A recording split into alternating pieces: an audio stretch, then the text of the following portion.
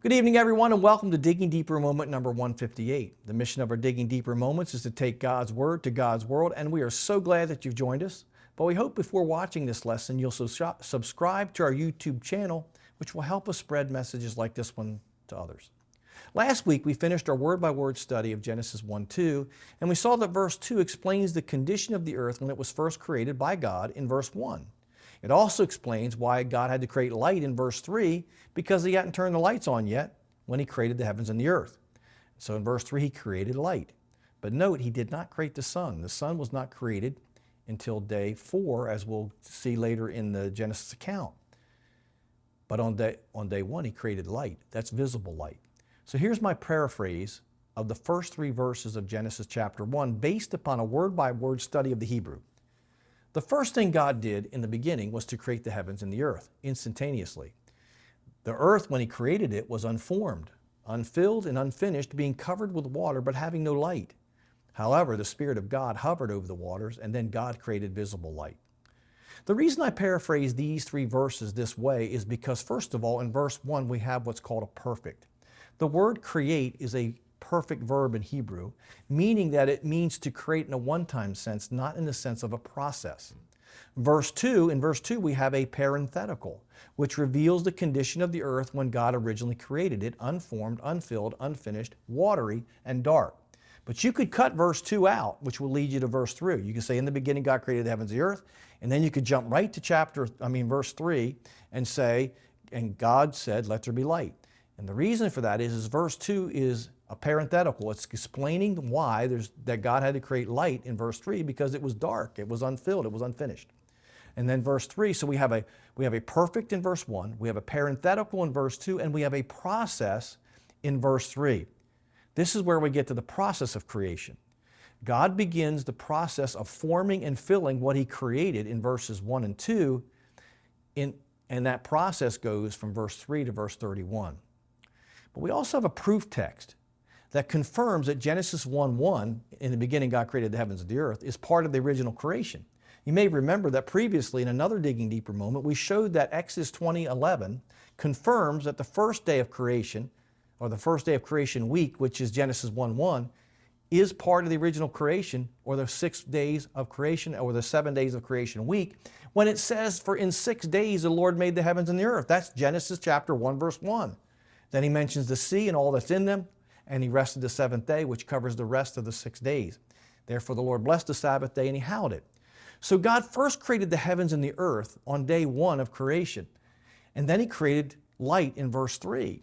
And so the creation of visible light is the first step in God's process of filling the heavens and the earth. The question that comes to my mind when I read this is then, did God create all forms of light at this time, or did he just create visible light in verse 3? My belief is that he just created visible light in verse 3, and I say this for 3 reasons. The first is based upon science. Science has revealed that visible light is only one form of light, being one of the 7 types of light waves on the electromagnetic spectrum. The electromagnetic spectrum is one of the 4 forces of nature that shape our universe, and they bind the universe together. And if we didn't have these 4 forces of nature, there would be no universe. And so scientists, they recognize that these 4 forces are what holds our universe together, but they also recognize now that these 4 forces could not by themselves create the universe. This is one of the implications of the Big Bang Theory.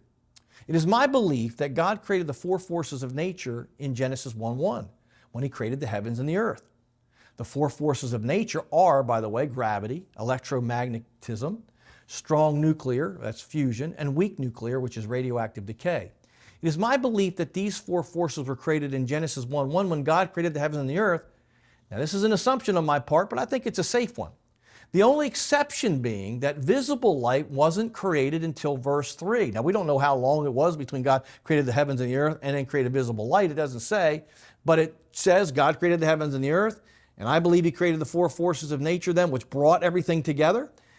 But he didn't create visible light until he said, let there be light, and there was light in verse 3. And the words let there be light are just 2 Hebrew words, meaning let there be light. That's what they mean. Yehi or, which means light be. And there was light. God spoke and it happened.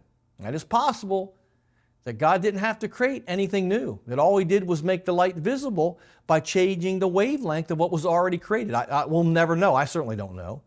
But making light visible was a separate act of God. So when he created the heavens and the earth, and he put all those things together, it was still dark. There was darkness on the earth, which means there was also darkness in the heavens because there's just no light in the heavens. But the earth was formed, there was water on the earth. It was unformed and unfilled, but it was unfinished. But the next thing God does, he begins to fill it in verse 3, and the first thing he adds is visible light.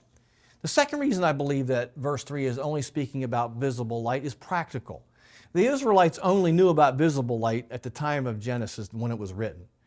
And as we've seen in our study of Genesis chapter 1, the creation account is spoken phenomenologically. That means it's from what we can observe with the naked eye, standing on the earth, looking at the earth and looking at the sky and looking up. And he's not speaking in scientific terms. So I don't believe when we talk about light that he says that verse 3, he's talking about the creation of the electromagnetic spectrum, because light really binds things together and holds things together. And so those unseen forms of light, I believe, were in existence, but God created visible light because it's part of the process that he's now beginning to fill the earth, and he's not really creating anything new. He's forming things now. He's not creating new material. Verse 1 is about God creating the material that he's going to use to form what's going to fill the earth. And so I really distinguish between the two. Now, the third reason I believe verse 3 is only speaking of visible light is contextual. Genesis 1:4-5 says, and God saw the light, that's visibility, that it was good. And God divided the light from the darkness. And God called the light day, and the darkness he called night. And so the evening and the morning were the first day. Now there are 5 clauses in these 2 verses.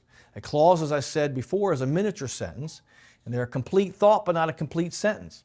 And there's 5 of those in these 2 verses. The first clause tells us that God saw the light. God saw the light, God saw the light, but we sing that a little different, it means something a little bit different. God saw the light. When we sing, I saw the light, we're saying we saw the light of God. But I'm just trying to be funny to kind of keep you awake. Now the word for God is Elohim. It's the same word used in verse 1. In the beginning, God created the heavens and the earth. And now after he created visible light, it says God saw the light, and that the light, it was good. Now, we all know it's good to see the light after 4 or 5 days of dark and cloudy days, of gray days that get us depressed. It's good to see the light. And when we say the light was good, we mean it feels good. But this is the first use of the word good in the Bible, and it doesn't really mean that it felt good.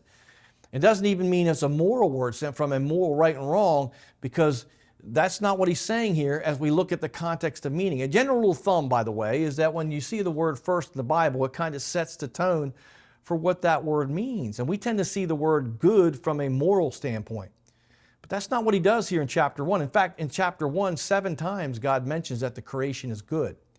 Now, in the creation account, as you look at it as a whole in Genesis 1, it shows that God progressively, and I use that word from step to step, no other way, he step by step creates things on the earth or fills the earth with the things that would produce life.